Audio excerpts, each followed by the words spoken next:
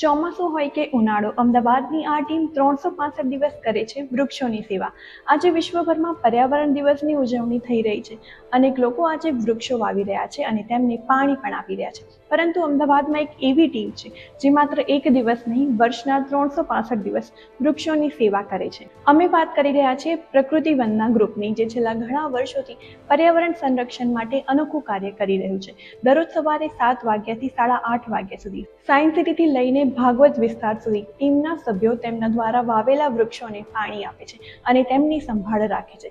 આની શરૂઆત વર્ષ 2011માં દક્ષેશભાઈ પટેલે કરી હતી. ત્યારબાદ વર્ષ 2017માં પ્રકૃતિ વનના ટીમનું સત્તાવાર ગઠન થયું અને આજે અનેક સ્વયંસેવકો આ હરિયાળા મિશનમાં જોડાઈ ચૂક્યા છે. પર્યાવરણ દિવસના અવસરે આજે ટીમ દ્વારા સોલા ભાગવત વિસ્તારમાં 5 નવા વૃક્ષોનું વાવેતર પણ કરવામાં આવ્યું હતું. ટીમનું કહેવું છે કે આગામી દિવસોમાં ચોમાસાની શરૂઆત સાથે વધુમાં વધુ વૃક્ષો વાવીને અમદાવાદને હરિયાળું બનાવવાનો સંકલ્પ લેવામાં આવ્યો છે.